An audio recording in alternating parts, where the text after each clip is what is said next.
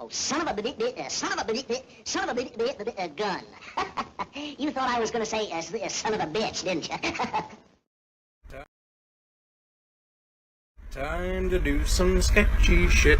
Doo-dah, doo-dah. Hope I get away with it. Oh, da doo-dah day.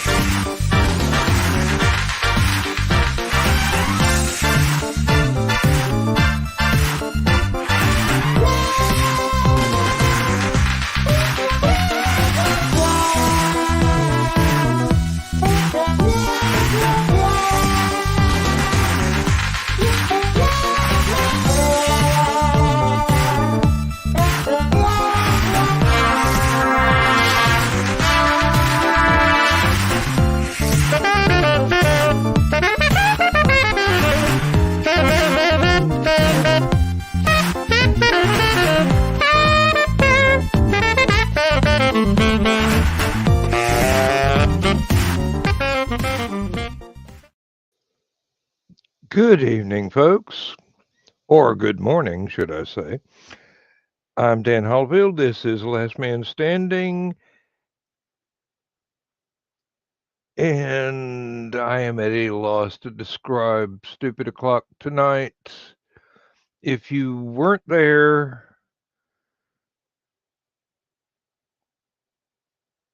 count your lucky stars. But if you're interested in what we got up to on April Fool's Day, let's just say we were not slightly unhinged. We were completely unbolted. So just kind of take it with a grain of salt. Well, hell, take it with an entire salt shaker and probably a couple of Valium, because it was a little.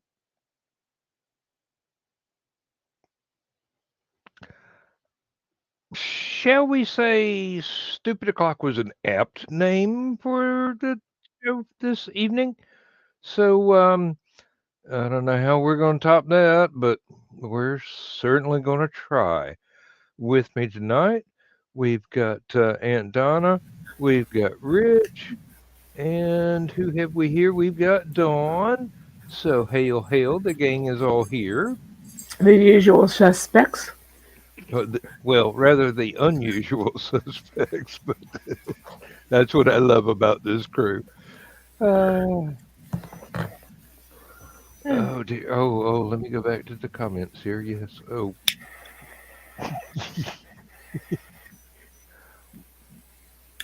I think both. I think both would be accurate, no matter which way you decided to go. Better or worse. 10 minutes. Especially the last 10 minutes. It was much worse. Fortunately, the phrase "till death do his part" is not involved in being in Stupid O'Clock, but it does seem that way sometimes. Don, I think you missed most of the bad pun jokes. I will have to rewatch that because I love bad puns and I love bad pun jokes. And they weren't all Joe dogs. No, not by a long shot.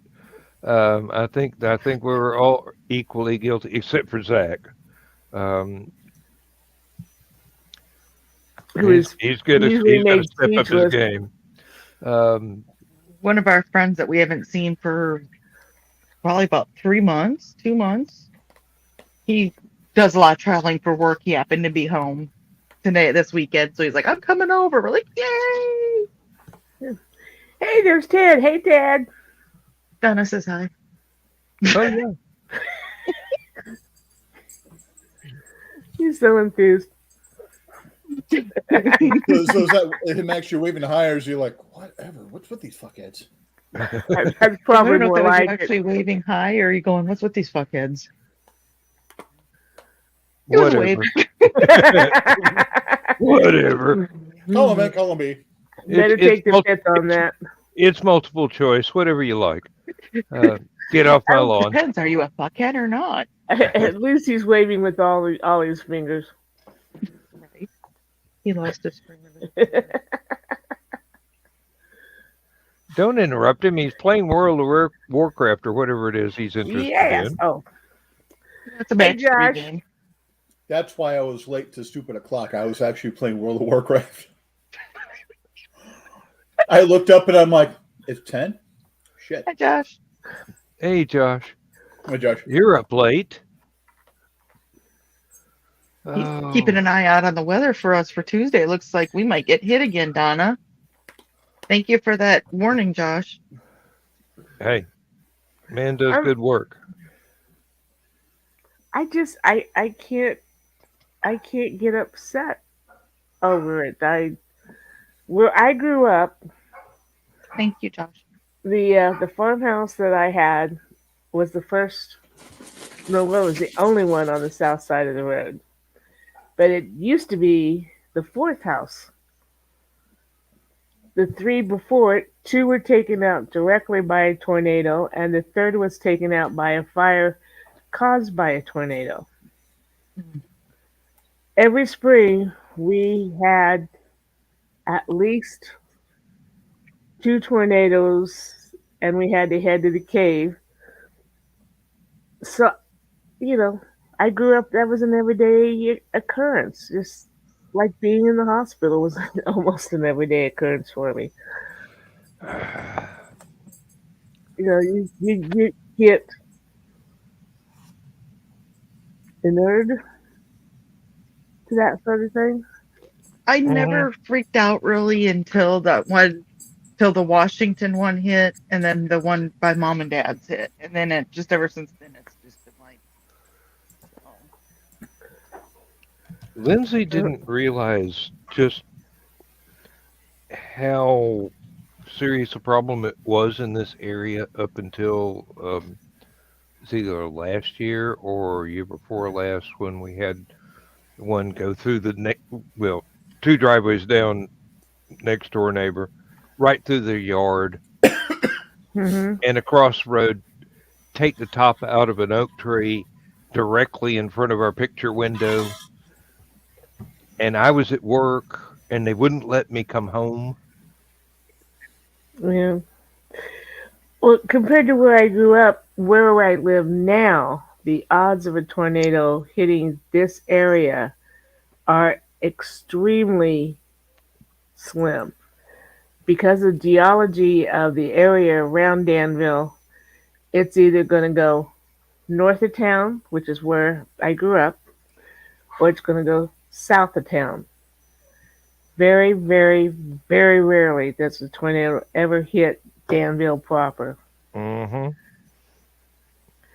sometimes geography is your friend because the landforms will, if you're in the right spot, for years and years and years at a time, will split the storms up and make them go around you. But every once in a while, there's that one bastard that does not pay any attention to geography and just goes, "Hey, coming through." Yep. Right over. Yep. My dad had a good story from the 1970s. There was a very famous outbreak of tornadoes going through the Athens area, and he just happened to be getting off from work. And instead of coming straight home, which would have put him way out of danger, he decided he was going to go to one of the local uh, big box stores and pick up a few things. And he's going up the what we call the bypass, but it's basically it's the loop around Athens. And he looks in the rearview mirror, and there's a tornado behind him. He looks out the windshield. There's a tornado in front of him. He proceeds to go at whatever speed it was necessary to stay as far from both at the same time as he could possibly get. So he's being led and followed by by two of the most destructive tornadoes to ever hit this area. I didn't mean laugh and making the weird faces. Somebody's playing and they pounced and my foot suddenly became a tornado. That happens quite often. We own pets. We understand. You were talking about tornadoes splitting. I actually saw one do that when after we left the farm and lived up by a little town called Rossville.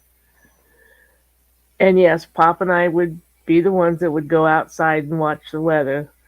And we're watching this tornado, and it looks like it's coming straight for the house.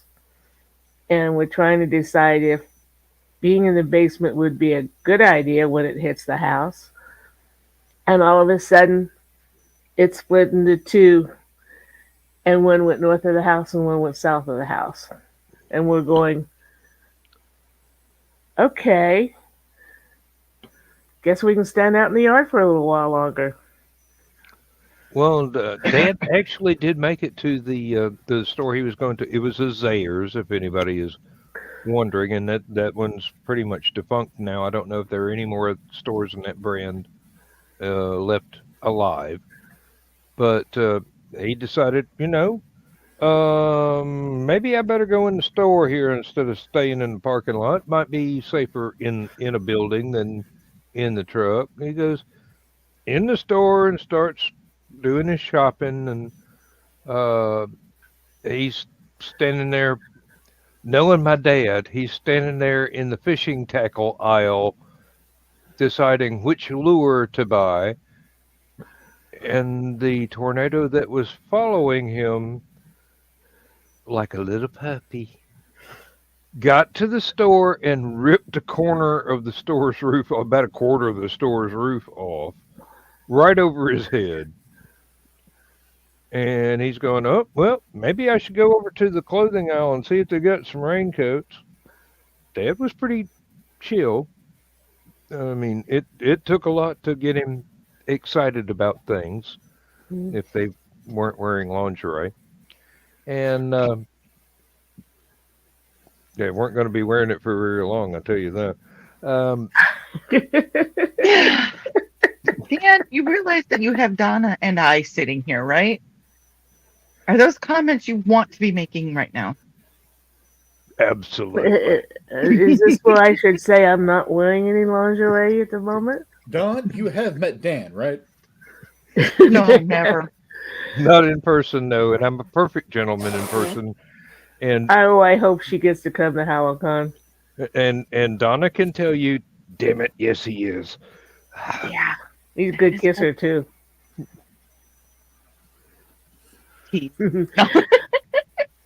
When Carl was My reputation exceeds me. when Carl was still a counselor before he became an IT for the state, one of the towns was in Quincy, Illinois, which is southwest of us on the river, on the Mississippi. And I would go with him when he'd visit the offices. And we were coming back, and Springfield's about halfway between here and there. And we knew it was raining pretty hard. And we pull into Walmart and go in and use the bathroom, come back out, and we start to leave, and they're like, "No, you can't leave. There's a tornado out there." And like, oh, that's what was following us. We thought it was store security. Uh, I have been banned from Quincy. Carl tells me I can never go back there because the two times I was over there, one was the tornado, and then the other time I was over there, we started to leave and ended up driving through blizzard conditions until we got to Springfield and decided we better stay the night in Springfield. And Carl told me, "You're never going back to Quincy." yeah, next time it'll be revenuers. He said, "I've never had this trouble when I went there by myself." I'm like, So it's just the combination. it's just, yeah. Carl plus Quincy plus you equals disaster. Just of the weather sort. Just for Quincy. Or Springfield. Yeah. Yeah, well, you really got to wonder about a town that'll let Homer Simpson operate a nuclear reactor. But then again, No, that's not Illinois. That's got to be Springfield, Ohio. I think, didn't they say it was like Springfield, Oregon or something like that? there's a I- Springfield. There's a Springfield in just about every state of the union, so it Take could be your pick. anywhere USA. Illinois does not claim them. Simpsons, Springfield. Yeah, but do they claim in Illinois? That's the important part. What state the Springfield is for the Simpsons? He used to know, but that was many years ago. And they change it. I mean, it's the Simpsons continuity is about as malleable as that of Star Trek. I mean, seriously, or Doctor Who for that matter. Stuff changes at the drop of a hat, or a writer has a good idea, Or Star Wars. or what seemed to be a good idea at the time. Okay, that happens to be the top question when you start. Which Springfield is the Simpsons? Yeah, based on town in Oregon all along. Oh The my two-way God, how did I Mac- remember that?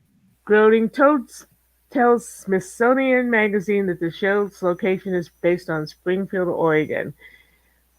He credits the idea of naming it Springfield to the hit TV show Father Knows Best. Wow, that goes back a ways. I remember that from when I was a kid, Mm-hmm. and it predated me by many a year. I was watching reruns. Yeah, me too. My mom makes me watch that when we go to visit. Could be worse. Could have been Pleasantville. Not with the Simpsons in it. I was so glad when they went to color. Pleasantville or the Simpsons? Pleasantville. That was you a guys are cheap gonna move. joke. Sorry, was that an obscure comment? Our one viewer will probably give us a negative comment on that. No, Josh won't do that because he's the only one watching this right now. Oh, wait till the reruns. Then there'll be two people watching this. Carl. Mm-hmm. Is it bad that I know both people that watch the show? No. At least you know your audience. There's so many people that have shows that just don't know their audience. At least you know your audience. You really?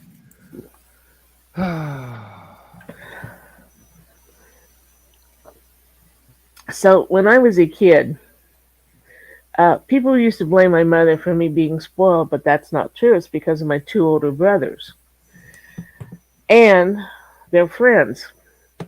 With all their friends, I had about a dozen older brothers. I mean, if they would come over to the house and neither of my brothers were there, they'd say, "Oh, Kara takes us down to the A&W. She needs a root beer float." So yeah, and they would kind of fight over who would get to take me places and stuff. And so is it any wonder I grew up with such a ego? Well, now I have this new family, and they're all fighting over who gets to go to lunch with me without the others. And I'm like, Oh, deja geez, well, vu you had only your with Monday. women. Your Monday, your Tuesday, your Wednesday, Thursday. I suppose I should spend some time with Carl. I suppose. You have to. Sunday afternoon when he gets back from shopping. Yeah. Well, I told him that I had a lunch date yesterday with one of my sisters, and he says, "Okay, have fun. That's great. It's going to be at El Toro." Okay, that's cool. I says, "Well, it's going to be in Chambana, so I'll probably go over to Benny's afterwards. Well, can I come with you?" By the way, Yeah. why didn't Charcoal get her eggie yesterday? Friday? She Yeah. didn't. Yeah, why didn't she? Because I was in Champagne having lunch. Okay. Because we were I'm talking. not. I am not going to fix an egg just for that cat to have her egg yolk. But I tell you, she was damn appreciative of getting it today. I was gonna say she can read you the riot act when you got home yesterday. Um, she's not Donna a hasn't vocal kitty, but I get Donna the hasn't look. found the pair of shoes that the cat shit in yet. I haven't had that happen. No, I get the judgy look. You've been gone. I didn't get my eggie. Yeah, too bad. Because I made that comment. Never mind the furthermore. And Carol's like, no, no eggie. I'm like, oh. I'm the mean mama. That happened. I was so happy today. Buddy was laying on the bed, and I had such a headache. I laid down for a bit. When we first brought him home, if you even touched the bed and he was on the bed, he would just take off the bed. Mm-hmm.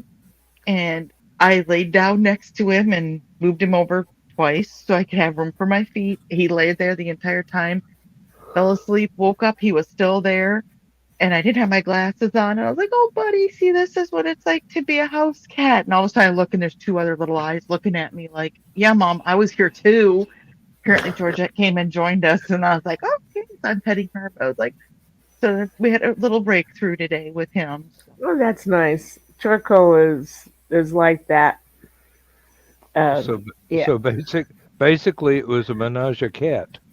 Not the green room, but I really want to comment. My brain went there, but I'm like, I'll behave. Why start now? Behave me? Like that's bloody likely. Um except in person, damn it. When I was a teenager, my mother was always started with the be good stuff. And one day I said, "Mom, I'm always good."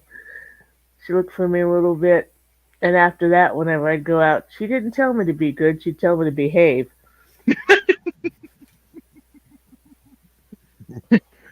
That means that I get to be even better. Be careful would have been what I said. Oh Lord. Well, be good or be good at it, right?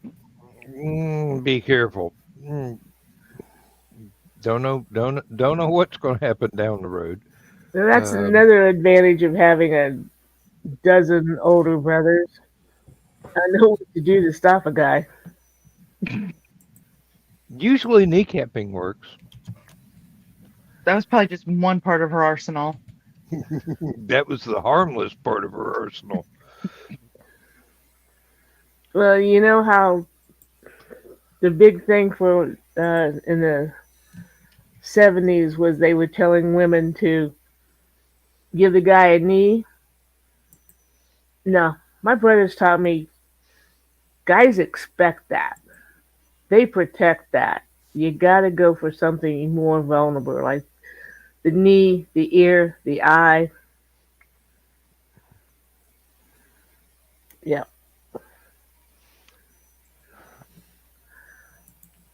And then, of course, run like hell. If you do it right, you ain't got to run very fast. You can walk away. Yeah, exactly, mother.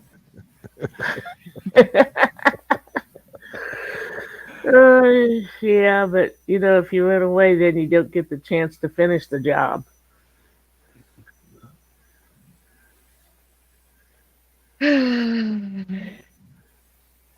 If you cripple Oh, them, Lord. you could walk away jauntily.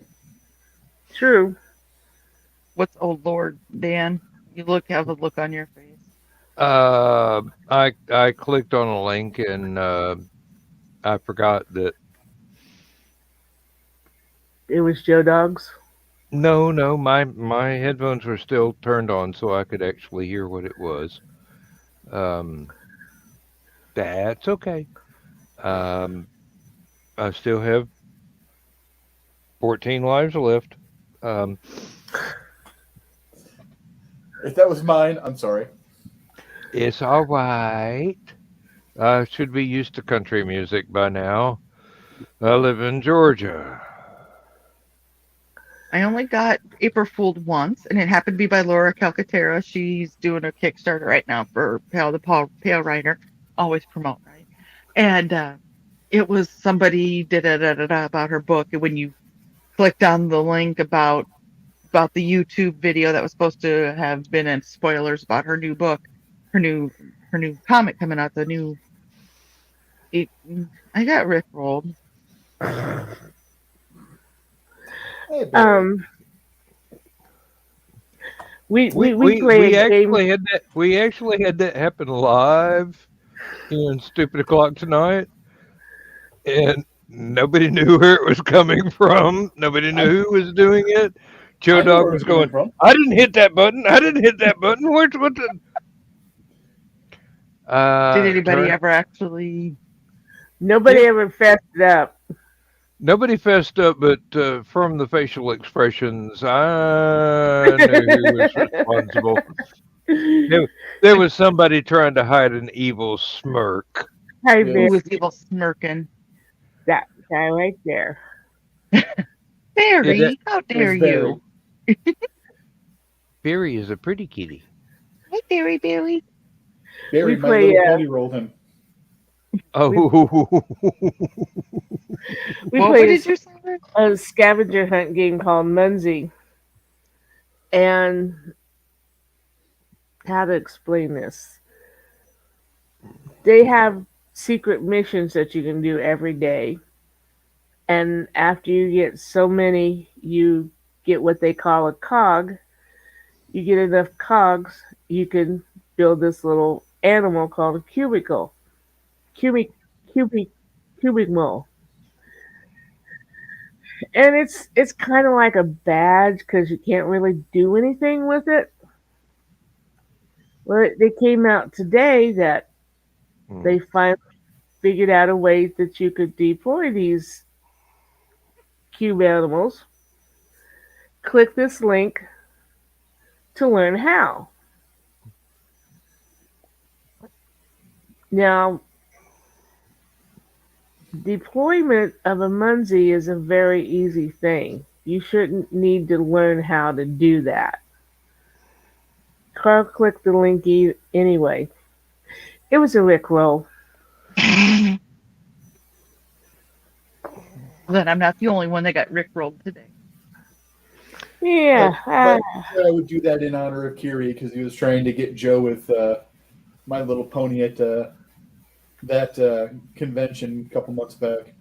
yeah. I wish him luck. Joe Dog's a little bit too paranoid to be snuck up on easily. It can be done. It can be done. It ain't gonna be easy. But if you're sufficiently determined and do bent my and to-do list. twisted, you can do it. For some reason, this one over here, he always he can be there and he'll still scare the crap out of us. And his exact response every time is, I live here. And it's like, but we weren't expecting you to be right there at that exact moment. So, apparently, for someone my size, either I am very stealthy, or Misty is really, really going deaf. I vote for Ninja Rich. So, I'll walk into the room and she's not paying attention, and I'll be like, "Chuck doing?" And it'll cause her to damn near jump out of the chair. Carl does that to me. He loves that he can do that to me. I did that to her 2 or 3 times today. 2 or 3 times? That's not nice, Rich. Oh, there's been days I've done it 2 or 3 times in an hour. This is true love, folks. And how many times has she taken swings at you? He's got to count. Since we've been married, I mean, from being startled. Since we've been married, maybe 3. That's why I said I wanted to verify or clarify that I meant from being startled.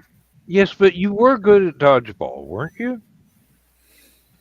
At first, no, but eventually, yes. When you become the target, you learn how to catch shit. The trick is to not be there. If you can dodge a wrench, you can dodge a ball. The trick is to snatch it out of the air and have it whip right back at their face before they've got a chance to react, because they're like, Fatty's not going to... I think you got a little slobber on the ball there. I once said that with a Not the steel green room. folding chair. It was a very surprising thing for the person that threw the chair at me to witness. They did not expect me to swat it out of the air as if I were the Incredible Hulk. That was an interesting day. Are you caught in my shirt, dumbass? No, I've never been anywhere near your shirt. No. Dumbass, not smartass. Wait, On that smartass note, dumbass? I got to go down the hall. I'll be right back. I love y'all. You can take the claws out of my nipple now. Thank you. That's the worst. Oh, God. No piercing daddy's nipples. Yeah, I hate when that happens. Oh. Yes, I'm mad at you. You can go sleep in your box or go out there. Barry's like, I'm out. If I can't beat Daddy up, I'm out. Yep. Oh, wow. Stupid O'Clock was so spammed tonight. We haven't had that many bots in ages. Oh, I got my first spot. I got my first spot. What did you do with that And bot? we're very proud of you. Block them. Oh, is that right at the end when you're like, who is this at? And you were like, oh, it's mine. Yeah, I actually decided, screw it, I'll stream this to my channel too. What the hell? Right. So yes, is this being streamed to your channel too? No.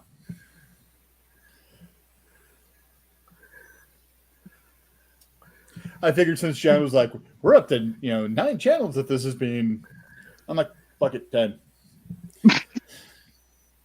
I want to make it an even number. Yeah, that's what I was thinking. No, I figured jack the numbers as much as possible. You said jacked. If my StreamYard could actually support streaming to more places than just one at a time, I would have went ahead and done everything that I could. Yeah, we were watching. Okay, have you ever heard of the band Steel Panther? Yes. Okay. It was I don't remember much about them, but I do remember hearing the band name. They're not a spoof band. They're actually talent. They can play their instruments. And the singer's got a great voice, but what did we come up with? That they're kind of they're not spoof, but they basically have taken, like we were talking about, like the song Warrant's Cherry Pie. They don't poof it up and be like, ooh, cherry pie. They'll exactly say what they're saying. Yeah, they get rid of the innuendos, and they're pretty yeah. Well, They were at Bakken Fest. Yeah, raw. There's a good word. And they were at Bakken Fest in 2018, and we were watching They're an watching that. homage band. Yeah, and they're talented in the sense that they're actually playing the music and stuff, but they're basically making fun of Sunset Strip or what? I went to their website. is that a bad thing? Which song did you see? Glory Hole? I see something for Glorious Hole, sold out $699.99. Cool Cumber, again, sold out $699.99. And then Slick Nuts, sold out $699.99. So I'm assuming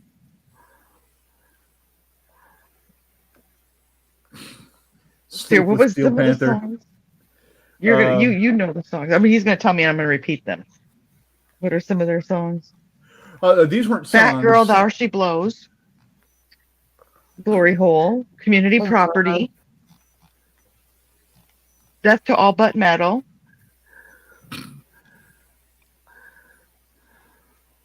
Come on, you know these. He's like, Oh dear God. what? Oh, Asian Hooker. Are you okay, Rich? I have to see if they have the shirt in my size. I was thinking community property. Who brought up my first wife? The No, shirt that's says, actually what it's about, though. the shirt says "Say perhaps to drugs." Please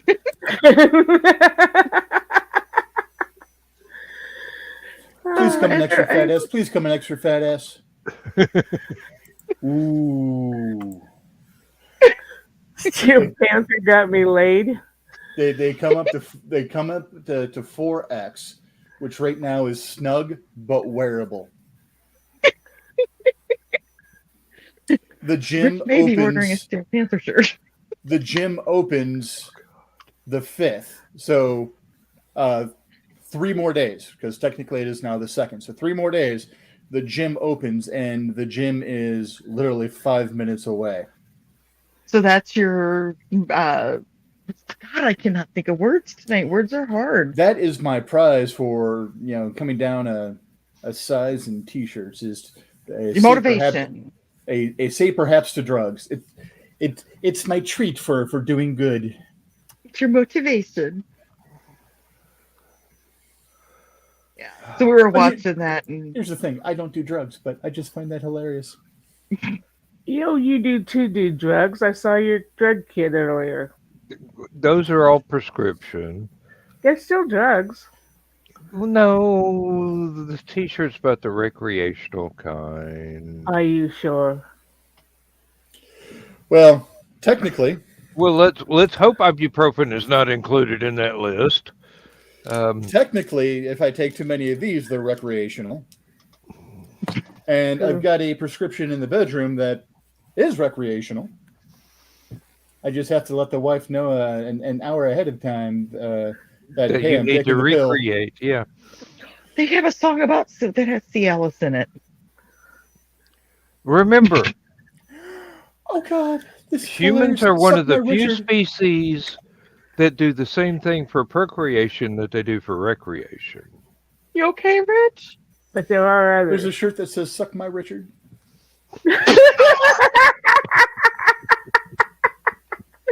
scar that says, or a shirt that says "Suck my Richard." And his name is Rich. I told you the other day that you oftentimes reminded me of a Monty Python character, and I know you know which one.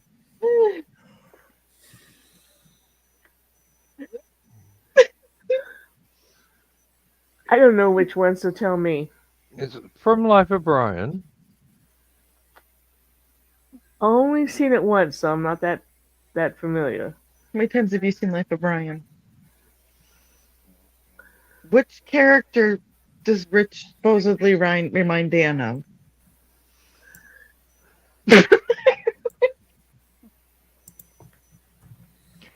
Oh my God! Do I have to spell it out for you? I thought I was. I've never seen Life of Evidently, Brian. I'm being too subtle. It's been Biggest a while Dickus. since See, I told you. Well, I am 6'4". And so was he. I'm Who's 6'4" and 400 pounds of pure dick. No Terry wonder my dad Gilliam. likes me. What am I missing here? Come on, he said Terry Gilliam. I've never Terry seen Gilliam Life of Brian. Terry Gilliam was the animator. In the And one of group. the actors, yeah. Yeah, Are you thinking of a character in there or one of the actors? I just told you the character name, honey. You were too busy talking. Say it again. I was too busy talking. I want to say it. I say it right now.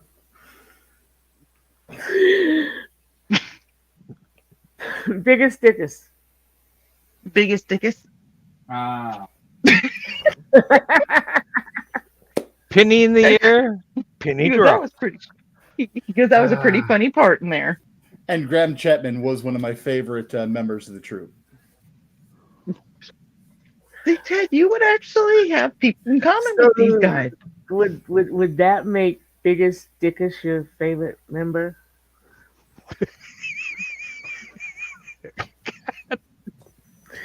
I like it when the member's biggest Dickus. Too bad he's a complete tool. His two best friends are nuts. Hey, We're just having a ball tonight, aren't we? It was just. It was just hanging there. It was just broke hanging down. there. I had to pull on it. Sadly, these jokes aren't very hard. Kind of flaccid.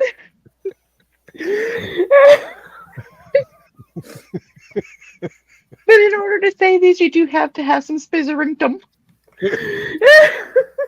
Otherwise, you're going to be horsed on your own petard. Somebody's got to hoist that petard. These jokes are all in the same vein. Oh,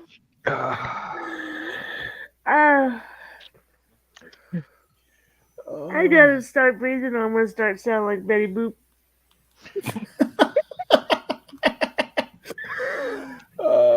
I told you once. I told you once. I'm married. I'm not going to come up and see you sometime. I said Betty Boop, not Mae West. I wish I had the voice of Mae West. That's all right. All right. You've got several other of her attributes. To do Her this, sense Just of a humor for couple one. of them. No. Her sense of humor for one. Yeah. do this search, I need to go into incognito mode. what, are you watching Steel Panther? No. No, he's looking at Mae West. Woo! No, I've got to see, because I know that the name of Biggest Dick is from somewhere else as well, and I'm trying to figure out where. My bad. European No, born.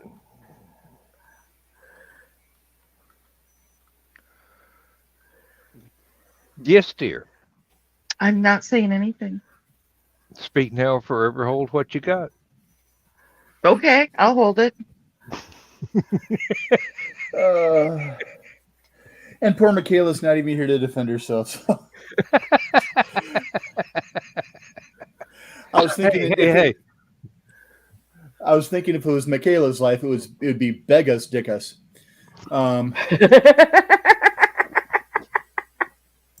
Michaela, if you're watching this on rerun, I love you, little sister. She's still gonna kill you. Yeah, but at least I'll die happy.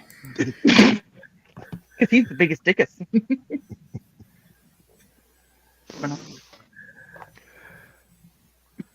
Oh, why is George Clinton playing through my head now?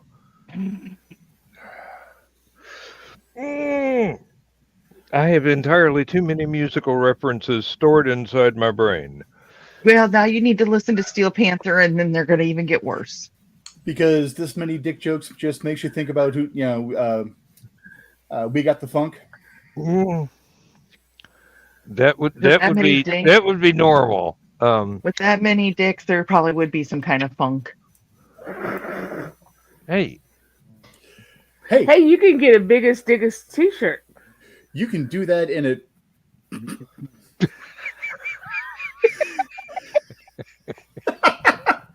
You can do that in a locker room shower, and then this way all the funk gets washed away.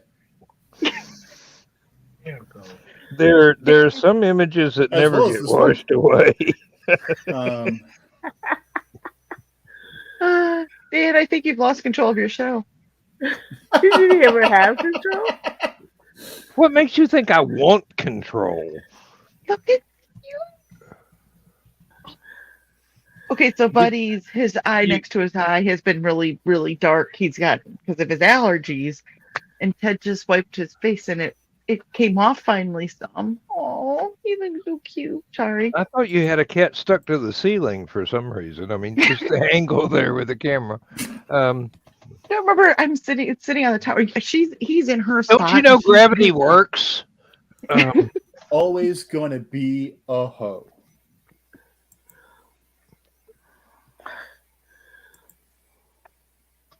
Oh,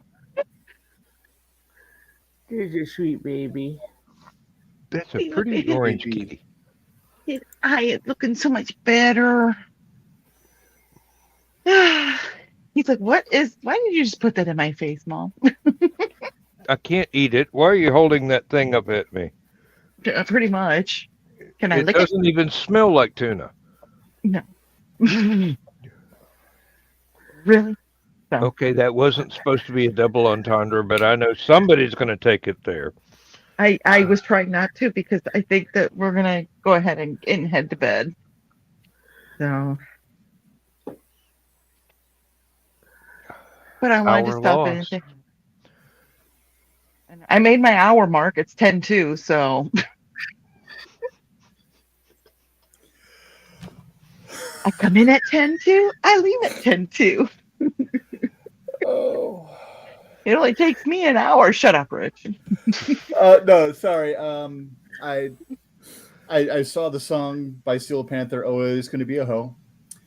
So I had to start giving it a listen, and I'm like, okay, that's one I could definitely dedicate to my ex-psychopath. You do need to listen to the catalog because it is pretty interesting. Oh, I have subscribed to their YouTube channel. Rich has subscribed to Steel Panther's YouTube channel. Way to go, sweetie. Look at that. Bringing the gift of music to everybody. You just left me hanging in front of everybody. Oh, dear Lord. What did you see now? No, I'm just the first few lines of that song, I'm like, oh my God, I've lived this. I would also recommend checking out Alice Cooper. The song Poison is quite apropos at times some relationships. He swung his sword and he pointed it right at my friend during the show when we saw him in '98. Okay, I'm good. And Alice Cooper's been responsible for a few tickets of mine in my youth. Yes, but good luck getting him to pay them.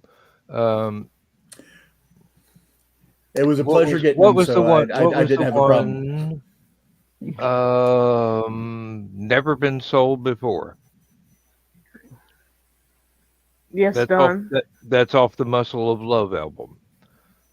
the one that Also, came in a plain brown wrapper, and that's a lot of people panned that album, but they didn't understand it because why does anyone package an album in a cardboard box that's all brown and just have a title? Because you're not in Because on some of the the best joke, things you come in idiot. boxes. Mm-hmm. Plain So brown anyways. wrapper. Yep.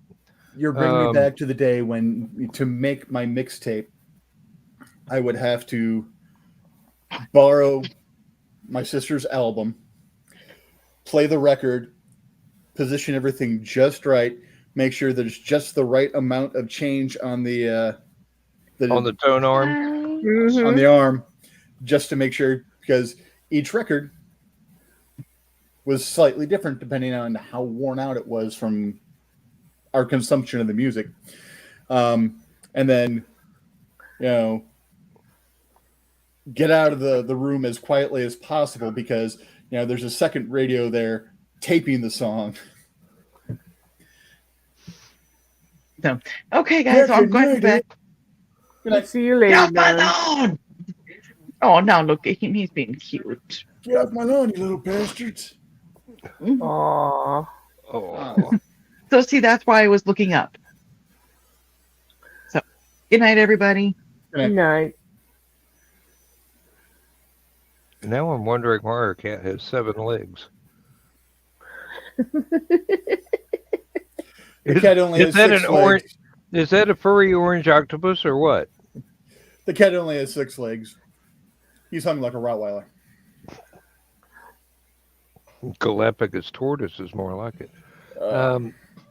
So I'm going to embarrass my wife more here because, well, I can.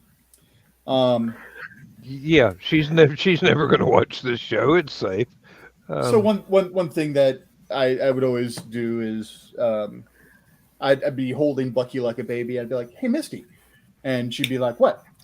And then I'd point at his junk. I'm like, "Dog pee pee," and she would just get mad at me. So eventually, my children started helping me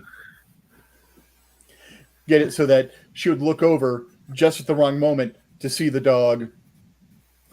And then what I'd do is I'd flip him over so that his head was down by where his junk was. So she would immediately look up to try to meet him, hit him eye to eye. And she'd be just staring right into him. I'm like, I knew you were staring at his junk.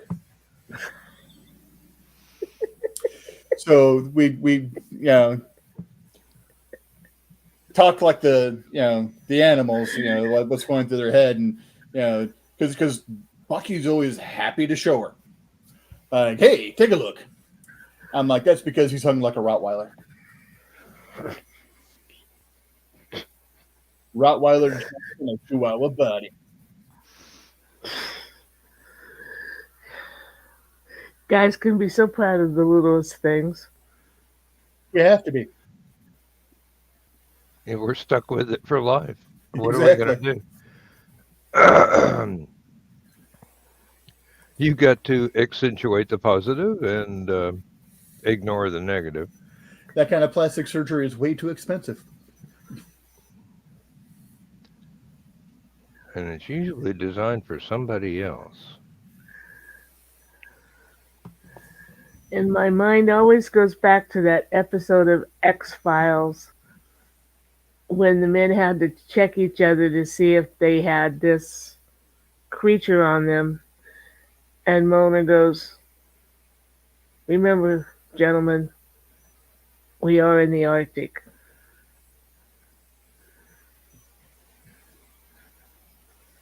I'm willing to bet that was based on a Robert Heinlein story. Because I'm reading that book right now. Puppet Masters. And actually, that's one of the most frightening alien invasion stories that I had ever read in my life. They did do that one as a movie in the 80s. Really cheesy movie, if I recall correctly. I think. Was that the one with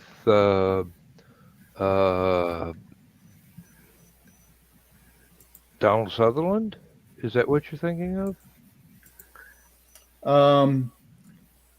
Possibly. Actually, wait. Invasion of the Body Snatchers? Not Invasion of the Body Snatchers. But I think he might have been in.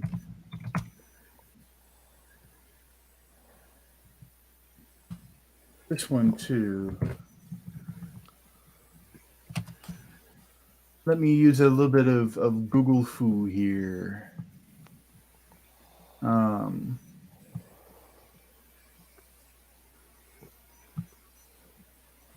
As far as I know, it's never been directly adapted to a movie, but it has been used as a plot element in more than 3.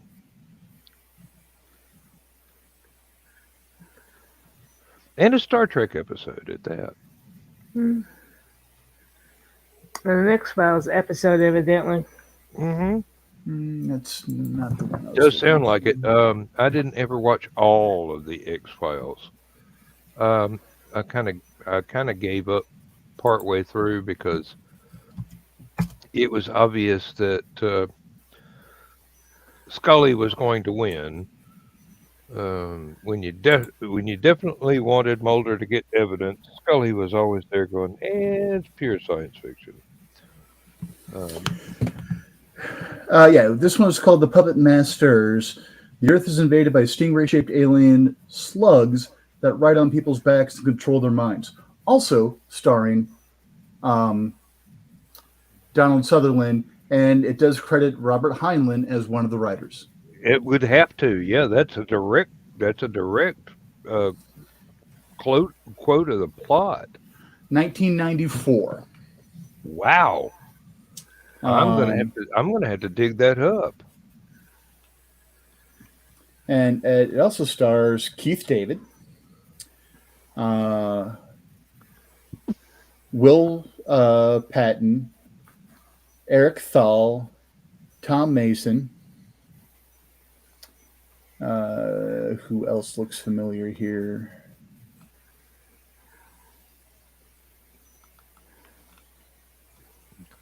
Okay. Did they do it right? I mean, did people actually, were they complimentary about the adaptation? I've never read the Heinlein story, so I couldn't tell you. But I will tell you that it was a very entertaining flick.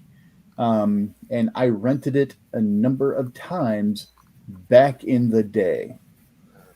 Okay. How can I say this? The story is very reach out and grab you by the throat. Yeah, it was. For a Heinlein, I mean, it was powerful. And for a Heinlein, it was powerful. So, yeah. Man had a way with words.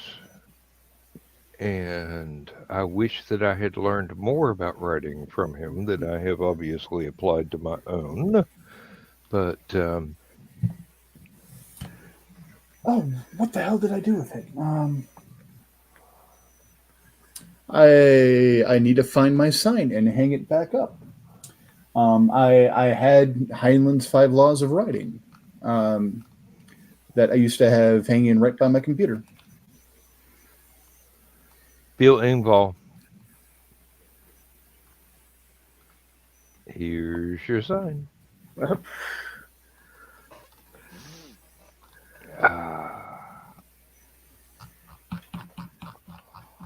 Now you see why my writing is so weird, because there are so many different directions coming together to produce a hopefully coherent thought. I mentioned Friday on Nevermind the Furthermore with Nick. Yeah, he was asking about what genres we like to write in. So I'm like, okay, let's see, Western, sci-fi, fantasy, horror, humor, and that's just one story. That's not all the stories I write across, or the genres for all the stories I write across. All that's in one story. Mm-hmm. Oh, way to get a hold of the steampunk stuff. That one crosses. That one crosses genres like Frogger crosses traffic without getting run over. Technically, the fire is a little steampunky. I view it more spellpunky than steampunky, but it's 1870s.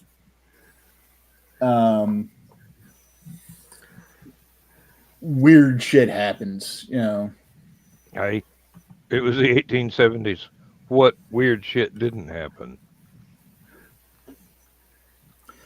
Yeah, it's the real reason that Chicago caught fire, not the Mrs. O'Leary's cow stuff. Um,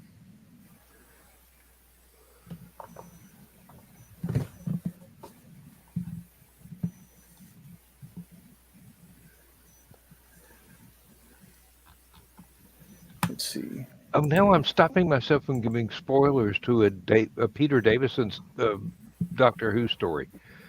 Damn it! Not many people are going to go back and watch the classic stuff. So yeah, why would it be a spoiler? I miss the classic stuff. Well, in one Peter Davison story, it turns out that he actually was responsible for the Great Fire of London through trying to defeat a particular alien invader. And when he found out what era he was actually in, he just turned around and goes, "No, I think we'd better let this one burn." Then I hear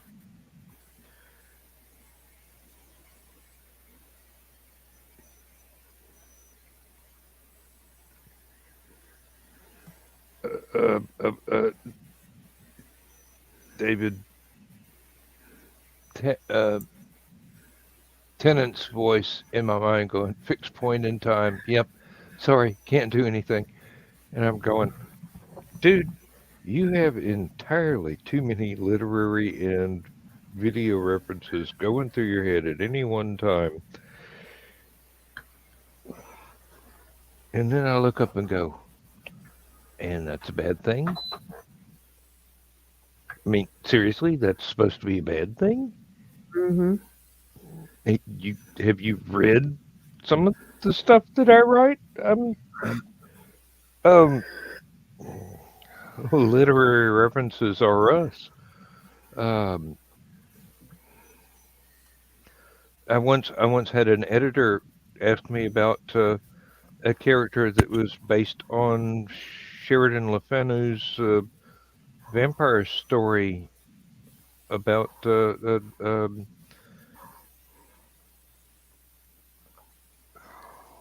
Carmilla, the very heavily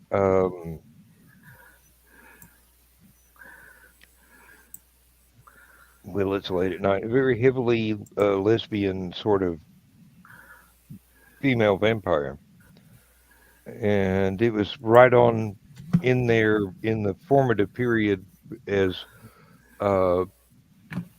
Dracula was being written, or slightly before, which may have been an influence. Bram Stoker and I did not get along, so I couldn't ask him, but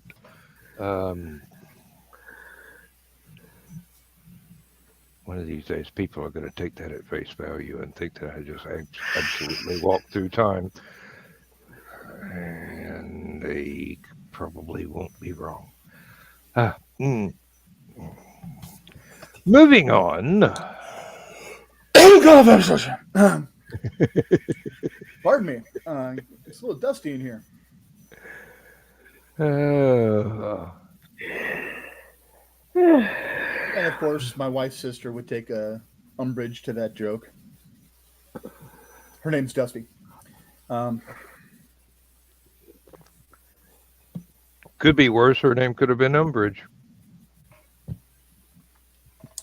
So, tell me that my mother-in-law and father-in-law either didn't smoke a lot of herbage or planned for their daughters to grow up to be strippers. Misty Dawn, Dusty Spring, Windy Eve. Yeah, I believe some 1920s herbal medicine was involved in some of this.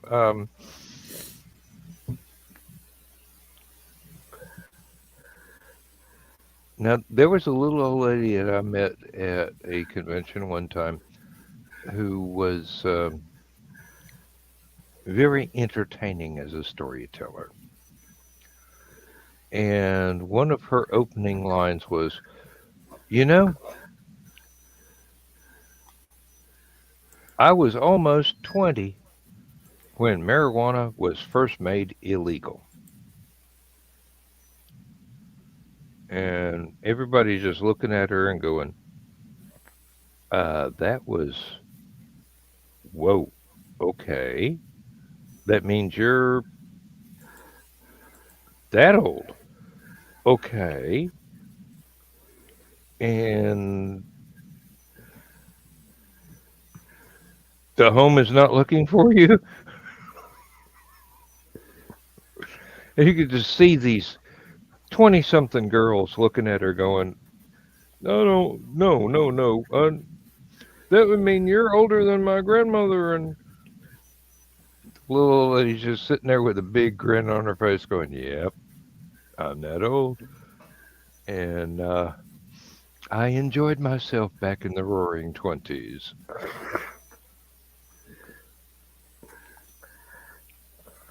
Wish I could remember her name. I really do. But my ability to remember people's names is long gone. I have trouble with remembering people's names that I meet nowadays, much less somebody I met 20 years ago for one day, for about 30 minutes in one day. And I was calling her ma'am instead of by the name that she told us her name was. Because, you know, little old lady, automatic grandmother, respect, Southern heritage, ma'am is one of those titles is higher than your majesty.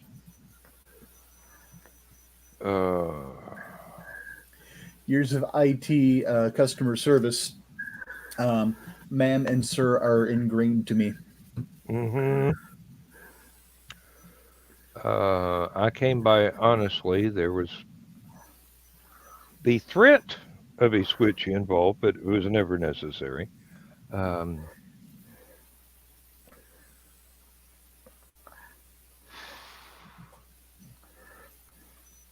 It takes a village to raise an idiot like me.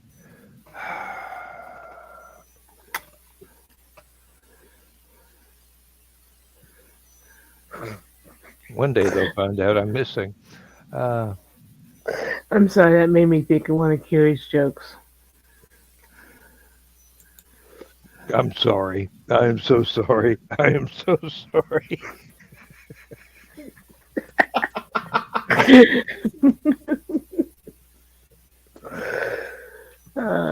Meanwhile, Kiri's like, I feel targeted. I don't know why. I didn't mean to. Just change in the force. Change. Gave you It's like a pound one's the note, viewers, groaned out and gave you a pound note, €5 and 35 cents. Change. Ah, mixed metaphors. What is a metaphor? Keep the cows in, I guess. Um,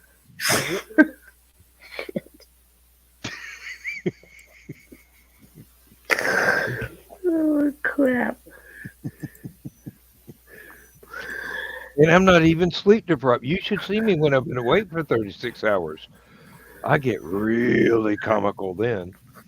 Um, it's like watching Robin Williams on a good night.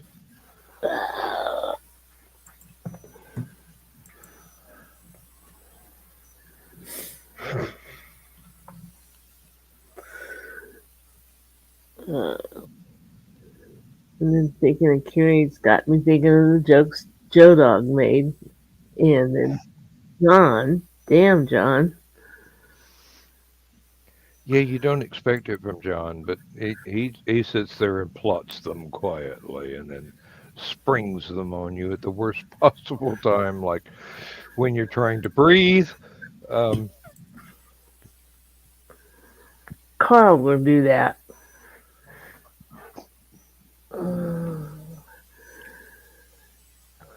And for some reason, everybody thinks Carl is this really nice guy. I get that Uh, reaction sometimes from people that don't know me very well. Oh, he's so nice. yeah. Yeah, People say that to me, and I go, "Are you kidding? He's married to me."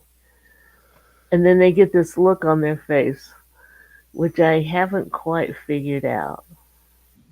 it's a mix between surprise and utter horror, or sudden comprehension of a predator at the other end of the room. Um, and it's not the 800-pound gorilla, it's the mastodon behind him. Hey,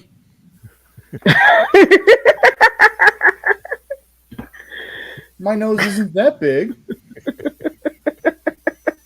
He's not quite that hairy either.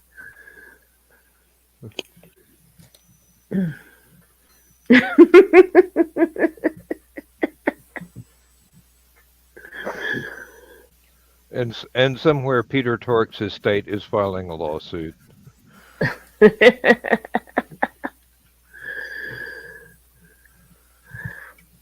Cousin Ed. Oh, you mean Dad? Um,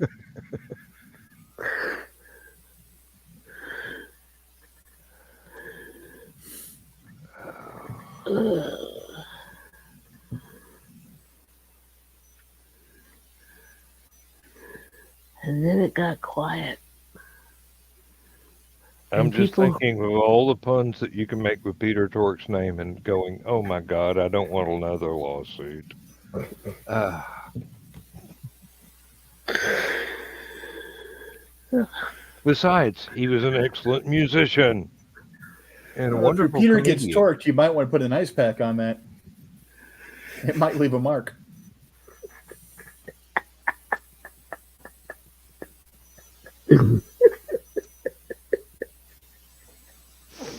If the condition persists for more than 4 hours, you might want to call a doctor.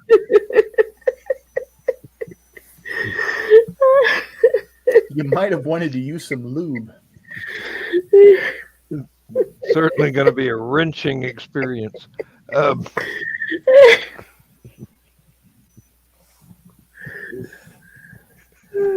Oh, I'm sorry, I'm sorry. Could This be is worse. not my fault. It could be worse. We could be in person, and there'd be no escape. Just call the paramedics now, because by the time they get here, I'm going to need them. Breathe, Donna. Breathe. No, it's not helping. Ah.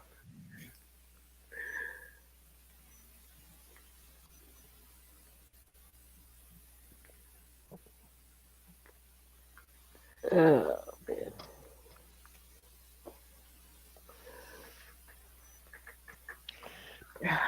Oh, that was a convoluted pun, Daniel. Shut up.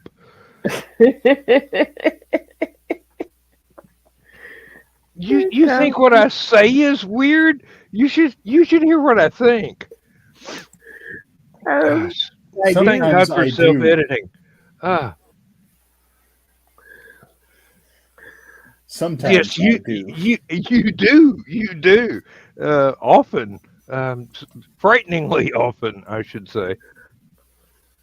One of these days, we're gonna have to figure out where this psychic link came from. Why spoil the fun? Not in my experience, no.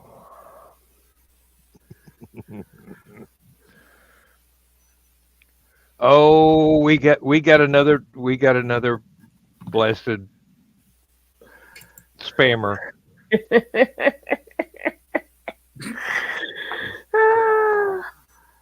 I should block him, but he's bound to say something even more entertaining later.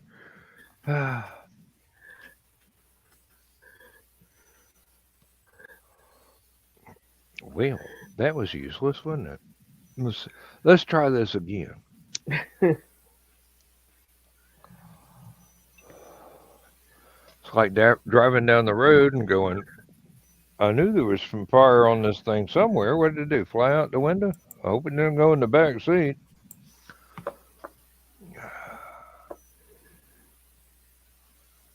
Yeah.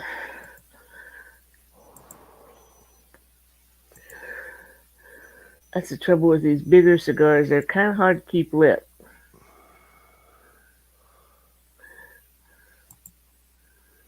Why? Dear God, why? Uh-oh.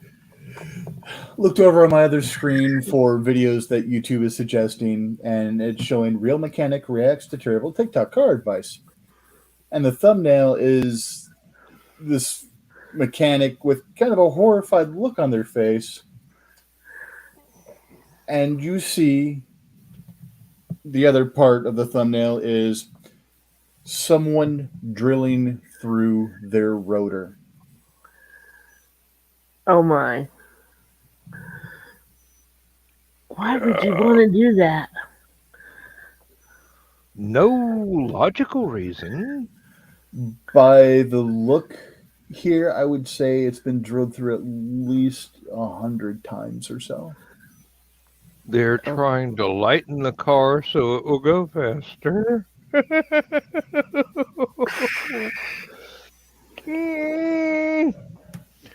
Try just taking the idiot driver out of it and throwing him in a ditch somewhere. The car will go on just fine without him. So I had to save that to a playlist to watch for later so I can just go, why? Why?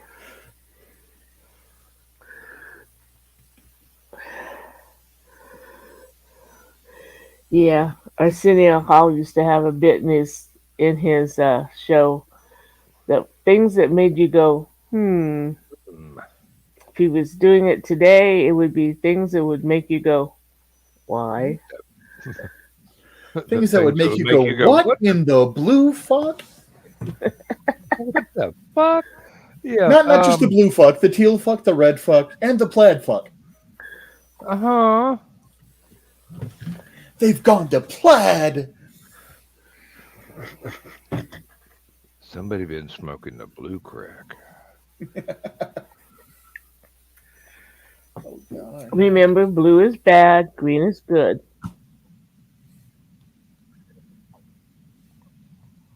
Only in bruises. Oh, okay. Joe Doug got an explanation.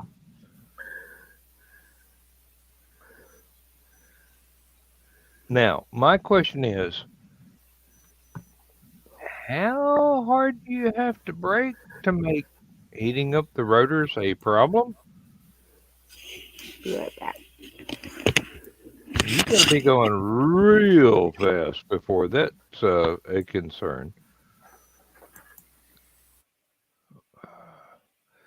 That leads me to an observation, there are entirely too many people in the South who believe that they are the next champion NASCAR racer, and they're on the highway. Right. Gonna go over real big, Sparky. Um, that's why I keep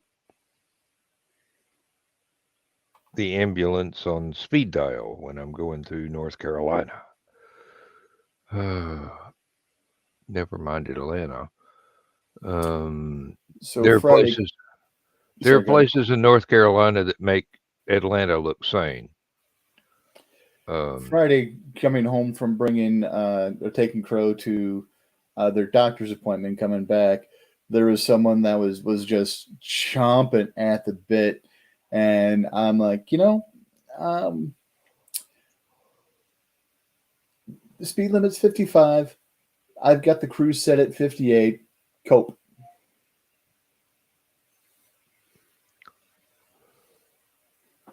The only time that's a problem is if you're in the fast lane and the car behind you is a cop, and you get pulled over for being in his way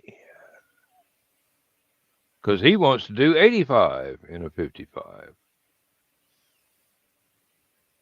Not for any particular reason. He just got a license to drive fast, whether it's safe or not.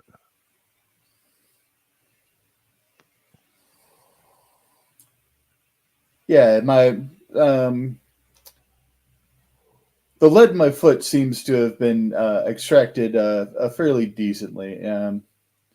I still drive faster than Misty likes. It makes Misty nervous. But the thing is,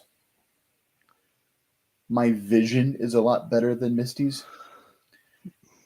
And being a young man, I learned what you do when you first get a vehicle is you take it to extremes so you know what your car can do, so that you know when a situation arrives what you need to do. Mm-hmm. Okay, this is a situation where normally you should speed up, but I'm going to take my foot off the gas and I'm going to drift over this way a little bit with a turn signal and let them pass me because this is not a good time to go fast. Type of deal. Learn your car. Learn the machines you work with. Learn your tools. If you become friends with your tools, you treat them better. You know what they can do, when they can do it. Okay, hey, it's a little wet out from the snow. Let's do this, and then the car's going to handle better. Her being, very conservative as far as adventure goes, never did any of that. So she doesn't drive that way. So she doesn't know how to drive defensively. So it's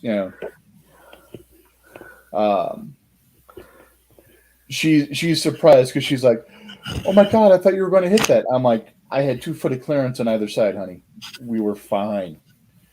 And it's not like I was speeding through it.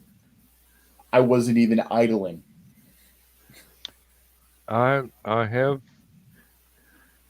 astounded Lindsay with the things that I am able to make an automobile do that she would not have ever dreamed of attempting. And also the way that I read traffic. It's like reading body language. Mm-hmm. You kind of, after a few years of experience going through different situations, you You kind learn the of dance. you get the feel of what somebody else is going to do when they're in traffic, And it might be a good thing, it might not be, but you look at the way they drive and you go, yep, that's an idiot. I'm going to back off just a hair, just in case Mm-hmm. I have to come to a complete stop a whole lot sooner than I intend to. We'll be driving through Atlanta on a anytime we drive through Atlanta, it's not a good time. And I'll be hyper aware of the traffic around me. I've got the camera on the back of the van on, so I've got a screen there showing me everybody behind me. I've got my eyes on the road in front of me. I can see cars passing me on either side, and I see this guy in a blue Corvette coming up from the far left-hand lane all the way over almost into the carpool lane. I'm going, yep, that's an idiot. Excuse me while I slow down by about 5 miles an hour and watch this performance art happening. Zoom by in the far left-hand lane just as fast as I could possibly go into what I could see was going to be a traffic jam a mile back. Slam on the brakes, and then remember they needed to get in the exit and went across 5 lanes of traffic without a turn signal.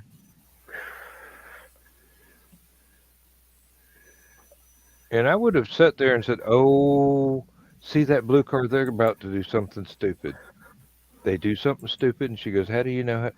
How did you know that was going to happen? I go, they drive like an idiot. Mm-hmm. We were out in New Mexico, and in a lot of New Mexico, the speed limit's 75 miles an hour. We come up on this little town. Not even really a town. It's a gas station and 2 stores. The speed limit goes from 75 to 15 in 100 yards.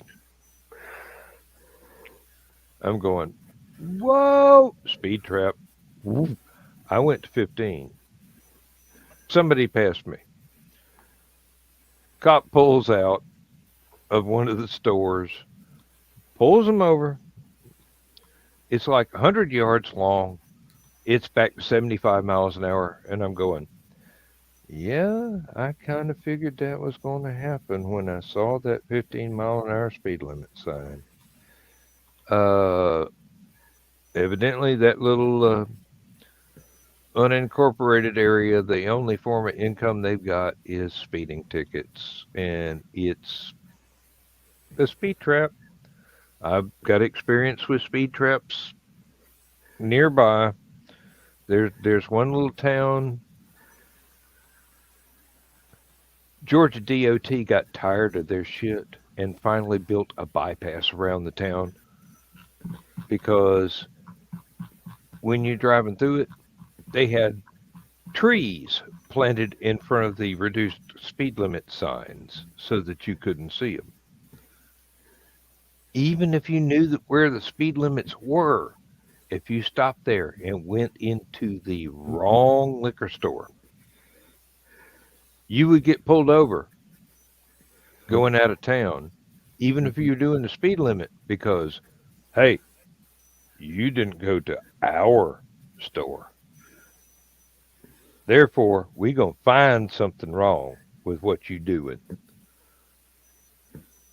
There was another town partway between here and Atlanta, had their radar gun license revoked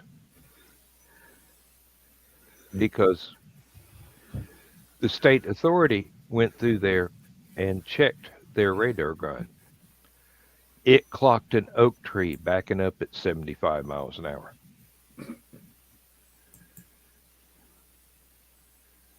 They have yet to get their radar privileges reinstated.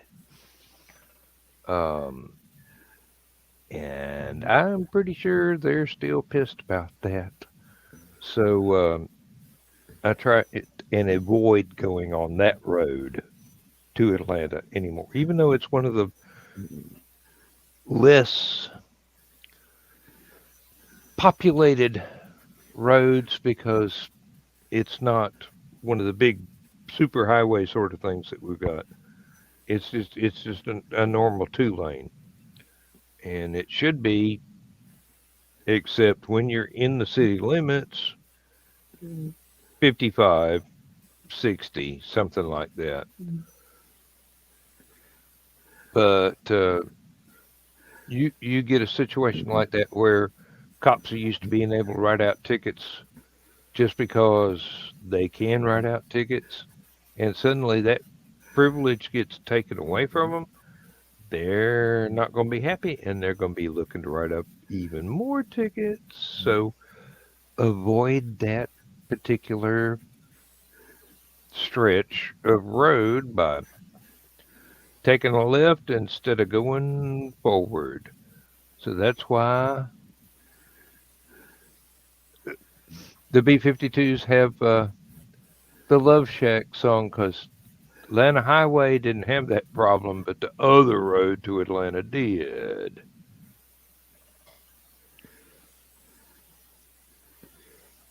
And actually, if you drive around out through there, you can just about see where that mythical Love Shack was. If you look around Little O Shack, off back of the road, yep, that's probably it right there. It hasn't become a housing development. Is it because it's now a historical Landmark. Landmark because of the B-52s? More than likely, yeah. Seriously, there's a little place. When I was a child, I wondered about it. When I was a teenager, I understood. You got to remember in Athens, University of Georgia town, down next to the river, there was a bordello. Actually, it was 3 different houses of excellent repute that were licensed between the county, the university, and who else was there? Were 3 authorities involved, but could have been the state. I don't know, but Miss Effie was allowed to run her business for about 50 years or thereabouts to officially to cut down on the rape problem. But basically, it was a place where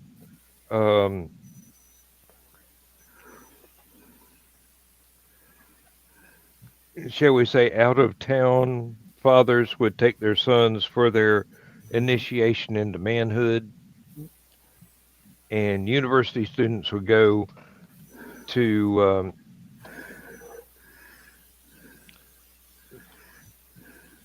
find opportunities to what the sorority girls were not giving them an opportunity to achieve.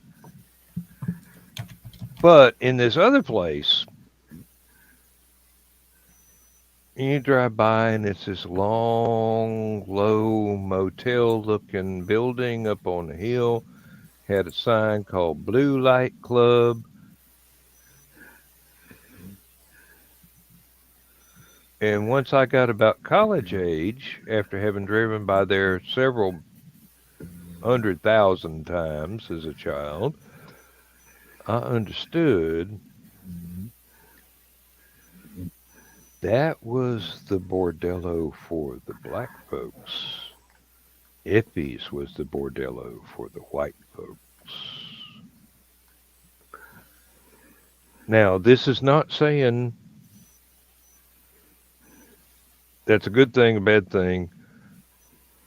It's saying I was of age to understand the sort of racism that was endemic to that area.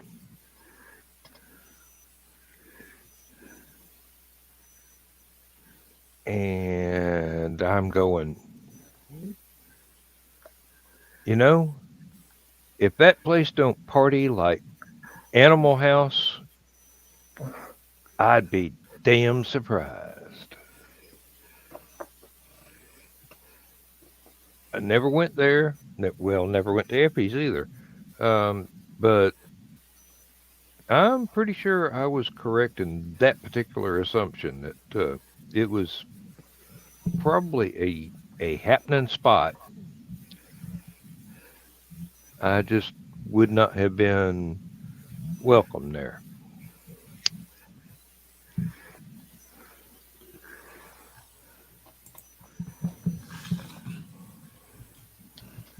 And that was in the 70s.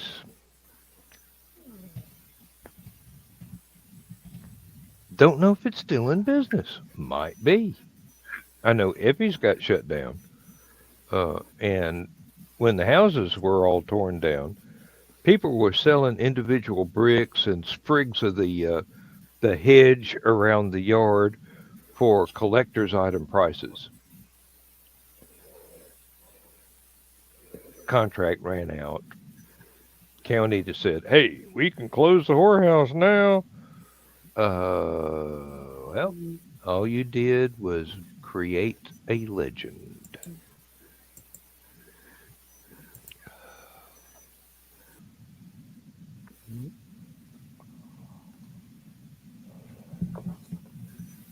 It's amazing what a child will see and not understand, and years later understand. That's part of grown up, I imagine. Happens to everybody, I imagine. There, in one context or another. There are jokes on TV you didn't understand as a kid. When you see them on YouTube now, you go, "Oh, that was pretty out there." Yeah, that was racy.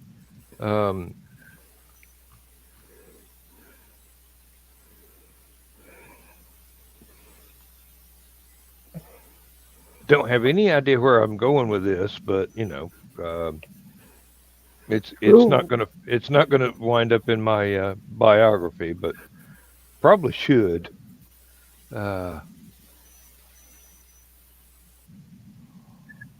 Just watching your mandarins. Hey,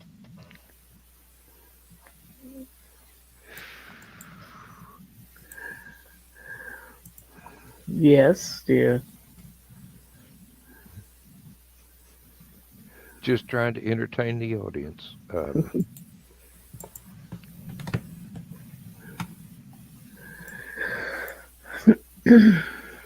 Was never fond of the Dead Air Suite. Although I've seen that performance repeated several times. I'm sitting here looking at Rich. I don't know what he's got there in the background, but he looks like an NCP from WoW with the little question mark or the exclamation point over his head. Oh, it's the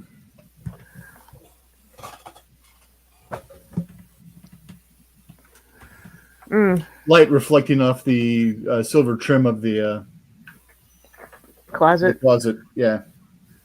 It was situated just right that I have a quest for you, champion. Should you choose to accept it, and if you're captured or killed, the secretary will disavow any knowledge of your existence. Yep, had nothing to do with it.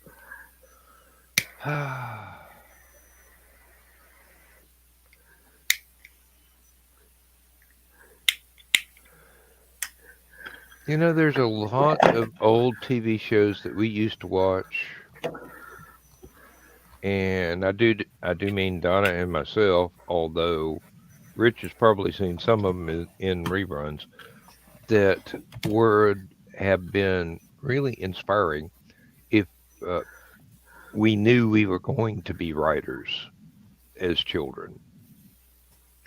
Would have been doing homework with this stuff if we knew at the time, many years beforehand, that we were going to turn out to be writers later on.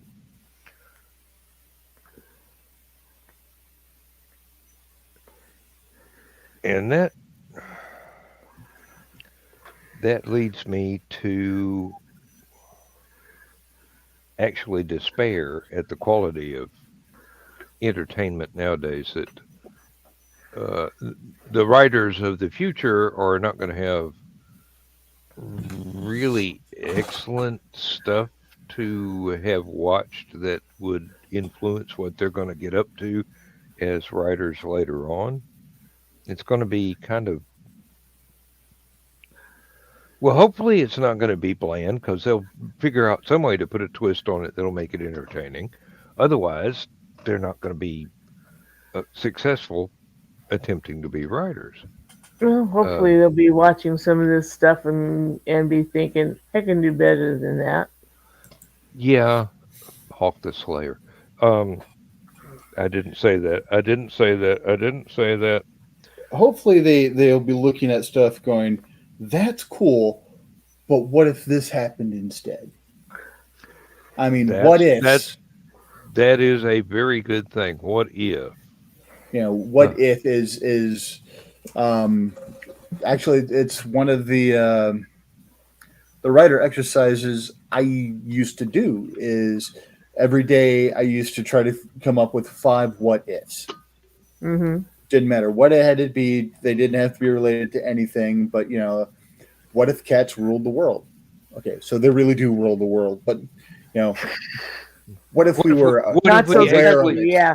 What if we actually knew they ruled the world? Yeah. But just weird stuff like that, and well, it also helps that I write weird fiction.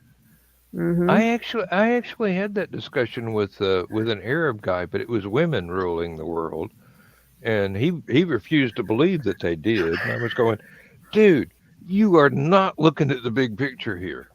Your ego's getting in the way.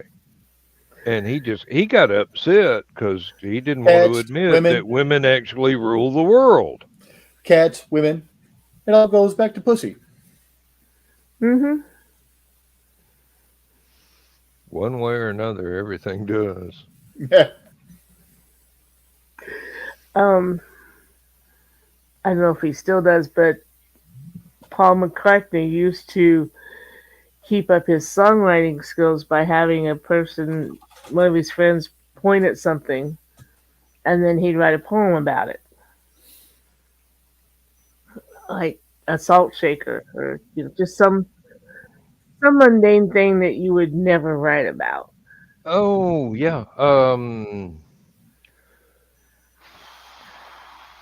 Was it Sergeant Pepper's album Benefit from Mr. Kite that was written entirely from a poster for a fun fair, and very well written. I wish I still had the book. Oh, sorry. Go ahead. No, I was through. I wish I still had the book. I had a book that had writing advice from a lot of great authors. And several of the articles were by Ray Bradbury. Mm. My favorite one of his was he would just write down just random words. Pipe, autumn, man. And, he would just keep this word journal. And then he would just find something in there and go, all right, what can I create around this word? Or he'd grab, a series of the words and go, okay, what can I write that's got something to do with these 5 words? And he was talking about that. And he was also talking about the thing at the top of the stairs. Oh, And he was talking about being 5 years old and being terrified of having to go upstairs to go to the bathroom in the dark because he was convinced something was there and his family would refuse to leave the light on for him. So he talked about how that is one of the perfect things to develop the mindset for the style of writing that he did, because you're halfway up the stairs. Was that the monster? Do we run? Do we stop? Do we retreat? well, knowing that the bathroom is beyond the top of the stairs, it's a big temptation a big impetus to Overcome brave that the fear. monster. Yeah. Yeah. Maybe it's not there tonight. Maybe I can scare it and it won't attack me. Maybe I'll die coming back to my bedroom, but I gotta go pee. But it's a lot of really interesting insights from Bradbury. It's Yeah, him and Stephen King. I love their advice. I love their mindset when it comes to writing. I would recommend another one to you. Keith Laumer put a book out called Christomancy, and it was basically several of his short stories with little essays in between about how he came to write that story and what his approach was to writing. And what was his name again? Keith Laumer, Laumer. Now he could write funny stories. He could write very moving alt military historic or future history sort of stories. Um, very very abstruse philosophical sort of stories with a lot of horror elements. There was one he wrote called House in November, and it was basically somebody woke up one day and the city they were living in resembled a Hollywood movie set. Nothing but the fronts of the buildings were real anymore. If you went through a doorway, there was this wasteland, and there were things populating the far distance that you couldn't quite focus on. And it is a psychological thriller. It was excellent. As science fiction, it was exceptional because nobody was doing anything like that at the time. And basically, you had somebody that didn't want to be a hero, but got thrust in the situation, so you got to do what you got to do. Um, and a damsel in distress, or several people in distress that, old folks, young lady, kid, and you wound up being responsible for saving all of them from this amorphous threat that you didn't quite understand. But damn it, you had to. Otherwise, you'd be just as doomed as everybody else. And there were The world, they can't do that. I've got all my stuff there. yeah, really. And there were simulacrums of real people walking around, sort of, um, if the Spider-Man villain Chameleon was an automaton. Oh wow. Yeah. Well, no, I just read the blurb for the House in November, and I just have to laugh at how that brings us back to the earlier conversation we were having with Heinlein and the Puppet Masters. Uh-huh. Go ahead and read it out loud. People probably would Yeah. need to know Invasion. that. At first, the U.S. Army, what was left of it, thought it was battling a communist invasion. The truth was much worse. It wasn't until Jeff Mallory woke one morning to find that all of his fellow townsfolk had become sleepwalking zombies and that a tower had been erected in the center of the town, a tower that seemed to stretch to the stars, that the horrible truth began to unravel. Earth had been invaded, not by a race of alien conquerors, but by a disease. A disease with a brain. Hi. Hey, I told you, man's good, or was. May he rest in Okay. peace. You okay? Hi, Calvin. Uncle Rich says hi. I don't care. I'm getting my ears squitched.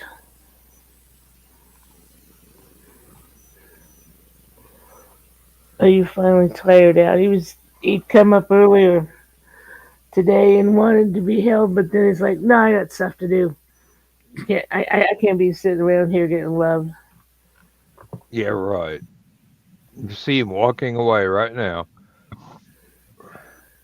More like running, because whatever he had to do was way away from where I was.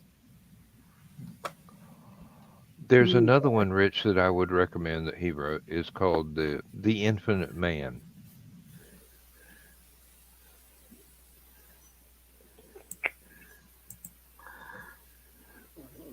The Infinite Man.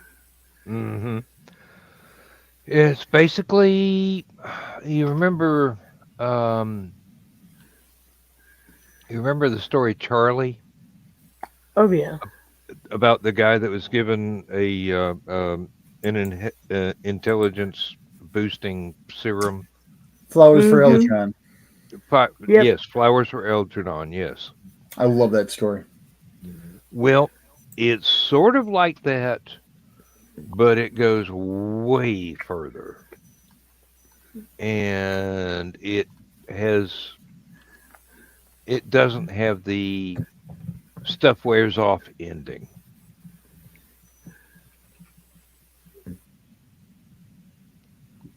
Okay. It's The not a Infinite perfect. Cage? It could be, yes. Maybe Um, I'm conflating that in a story by another writer entirely. Infinite well, I'm Cage. looking under novels. And I see Infinite Cage. I don't see anything else that says Infinite in the title. That's more than likely it. I never claimed to be infallible. I'm going from my memory here. I'm not walking down the hallway looking at the books. Um, there's not good light in there. I probably wouldn't be able to read them anyway. Um, And sadly, this one doesn't have the synopsis. But the cover of it looks kind of like a science experiment where, it looks like the story is probably someone improving a person. And apparently the hardcover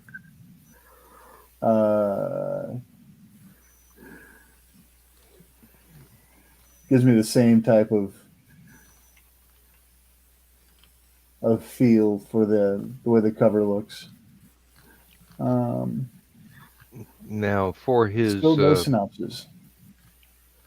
for his humorous stuff, you got to go to the Retief stories or the Lafayette O'Leary stories, and I'm sure there's more, really, because he did funny stuff, he did serious stuff, he did like I said, the Bolo stories are uh, uh, military sci-fi, and he he pretty much invented the genre of the intelligent tank,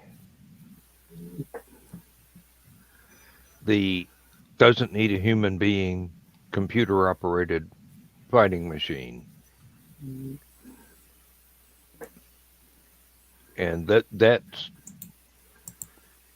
he's not the only one that has been writing in that particular universe. Even John Ringo has had a very good story in that universe. I've got one, but um, Tony Weiskopf told me the Lummer estate doesn't want any more Bolo stories published, so I had to give up on getting that one actually in print. Um,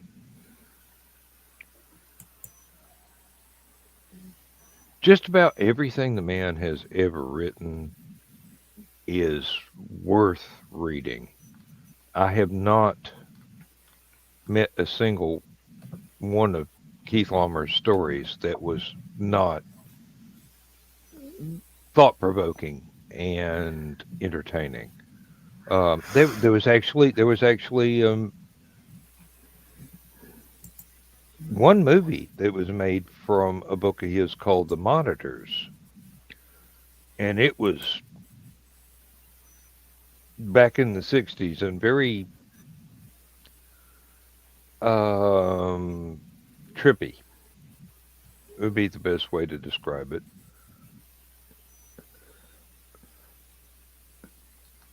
And I actually had a recording of that movie that I caught accidentally on a late night movie channel. I wish I still had access to it. I might be able to look it up and find it somewhere. Um,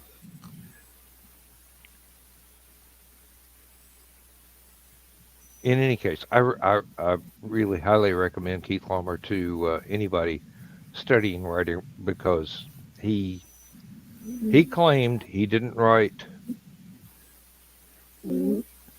science fiction or fantasy or what he wrote action stories.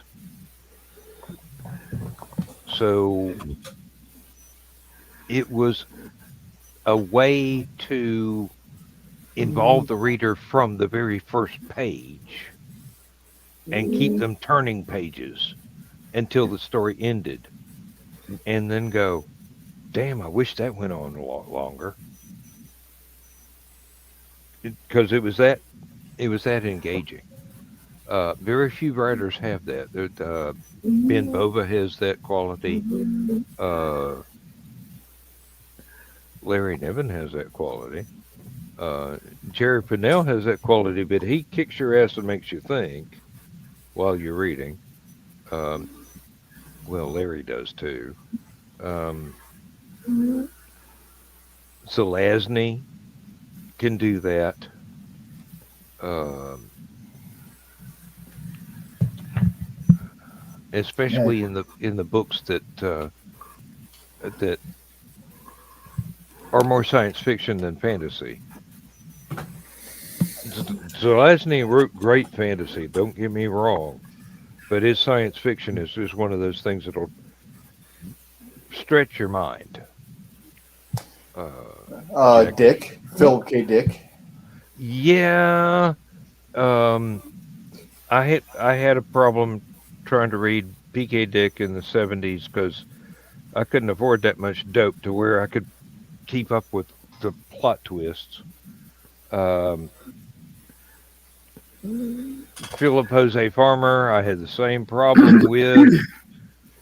Oh, Uh, yeah. it's like every third page you wanted to smoke a joint because the characters were. Um, with Dick, it was more. Uh, you need to have an expanded consciousness to be able to understand what the hell's going on half the time. You can still read it if you're not on drugs, but you're not getting the full effect of the story because he was Yeah. he was pretty mind expanding on his own.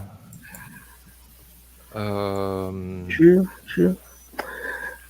It's not time to say goodnight, Gracie. Yes, it is, and I'm so very sorry.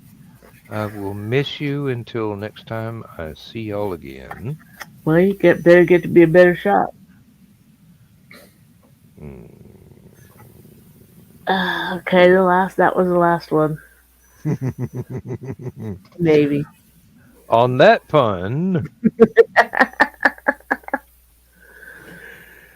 it's time to tell a bedtime story. And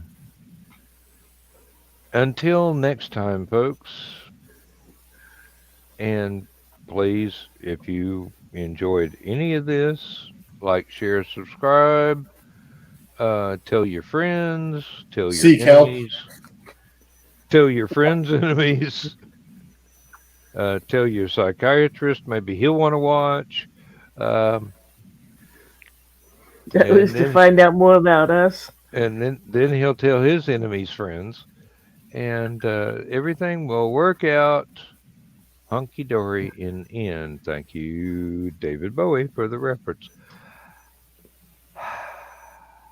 And then we can all be shiny, happy people holding hands. REM. Yep. Yep. One of these days. Yes. Sorry, Pink Floyd reference, but I'm not going to finish it. Bye-bye. Transmission overload. System will shut down.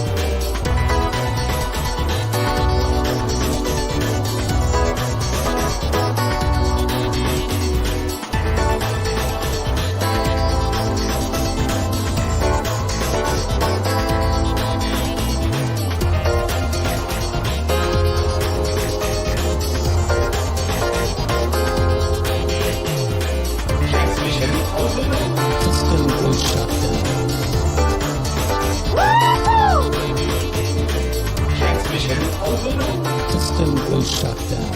System goes shut down. System goes shut down.